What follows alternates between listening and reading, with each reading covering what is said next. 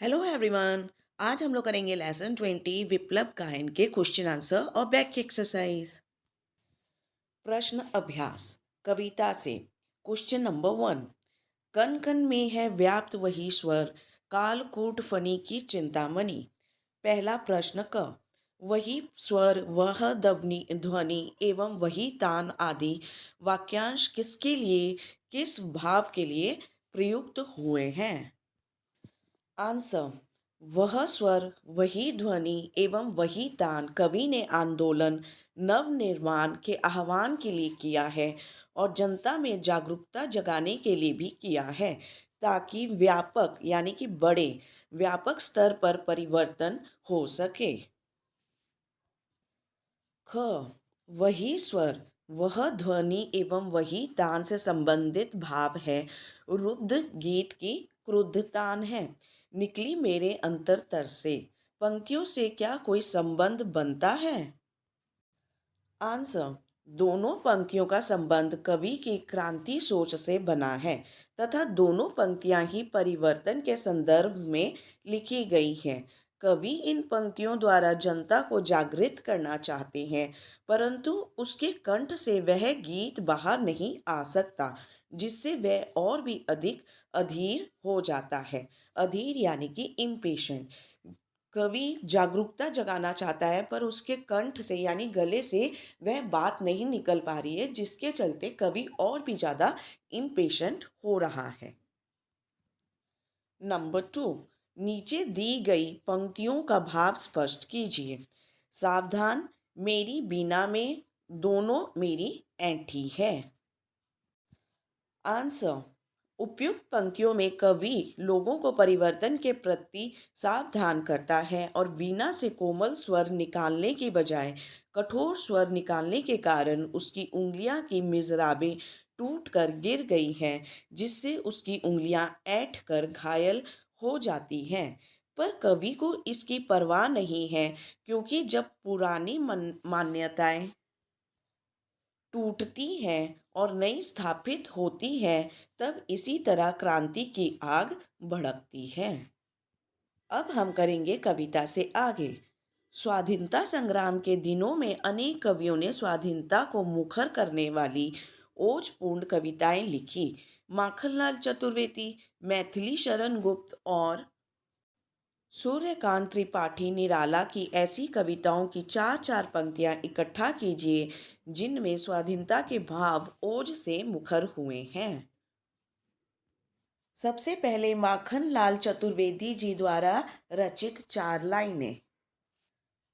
द्वार बालिका खोल चल भूडोल कर दे, एक हिमगिरी एक शेर का मोल कर दे, मसल कर अपने इरादों सी उठाकर, दो हथेली है कि पृथ्वी गोल कर दे।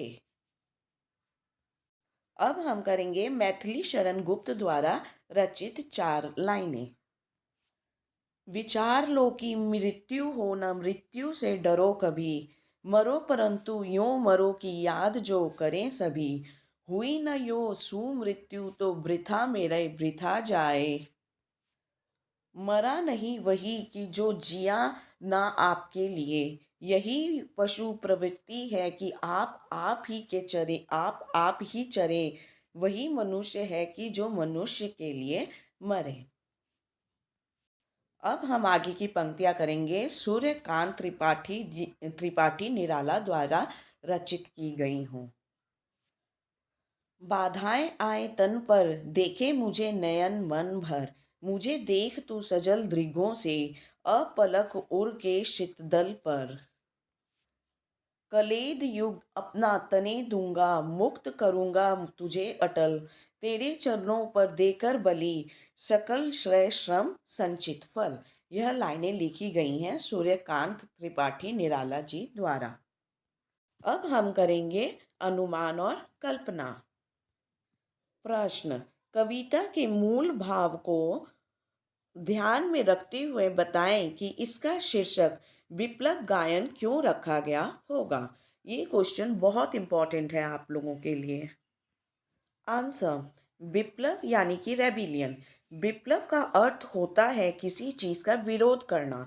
इस कविता में गलत रीति रिवाजों, रूढ़िवादी विचारों व परस्पर भेदभाव के विरोध का आह्वान किया गया है। इस कविता में नव निर्माण के लिए जनता को प्रेरित किया गया है। इसलिए इस कविता का शीर्षक विप्लव गायन रखा गया है, जिसका अर्थ है क्रांति के लिए आह्वान करना। अब हम आगे करेंगे भाषा की बात। नंबर 1, कविता में दो शब्दों के मध्य मध्य यानी बीच में योजक चिन्ह का प्रयोग किया गया है, जैसे जिससे उथल पुथल मच जाए एवं कण कण में है व्याप्त वही स्वर। इन पंक्तियों को पढ़िए और अनुमान लगाइए कि कवि ऐसा प्रयोग क्यों करते हैं। आंसर, कवि ऐसा प्रयोग इसलिए करते हैं क्योंकि शब्द की पुनरुक्ति करके चमत्कार उत्पन्न करने के लिए, जैसे रोम रोम गाता है। काव्य प्रभा काव्य को प्रभावशाली बनाने व शब्दों में प्रवाह लाने के लिए योजक चिन्ह का प्रयोग किया जाता है। बच्चों, इस चिन्ह को कहते हैं योजक चिन्ह, और इंग्लिश में इसे कहते हैं हाइफन। नंबर 2, कविता में विराम चिन्ह जैसे कॉमा, पूर्ण विराम, इसे कहते हैं विराम चिन्ह का उपयोग रुकने, आगे बढ़ने अथवा किसी खास भाव को अभिव्यक्त करने के लिए किया जाता है। कविता पढ़ने में इन विराम चिन्हों का प्रभावी प्रयोग करते हुए काव्य पाठ कीजिए। गद्य में आम तौर पर है शब्द का प्रयोग वाक्यों के अंत में किया जाता है, जैसे देश राज जाता है। अब कविता में निम्न पंक्तियों को देखिए। कण कण में है व्याप्त वही तन गाती रहती है। इन पंक्तियों में है शब्द का प्रयोग अलग अलग जगहों पर किया गया है। कविता में अगर आपको ऐसे अन्य प्रयोग मिले तो उन्हें छांट कर लिखिए। आंसर, कंठ रुका है महानाश का, मारक गीत रुद्ध होता है। नंबर 3, निम्न पंक्तियों को ध्यान से देखिए। कवि कुछ ऐसी तान सुनाओ, एक हिलोर उधर से आए। इन पंक्तियों के अंत में आए जाए जैसे तुक मिलाने वाले शब्द का प्रयोग किया गया है। ऐसे तुकबंदी या अंत्यानुप्रास कहते हैं। कविता से तुकबंदी के अन्य शब्दों को छांट कर लिखिए। छांटे गए शब्दों से अपनी कविता बनाने की कोशिश कीजिए।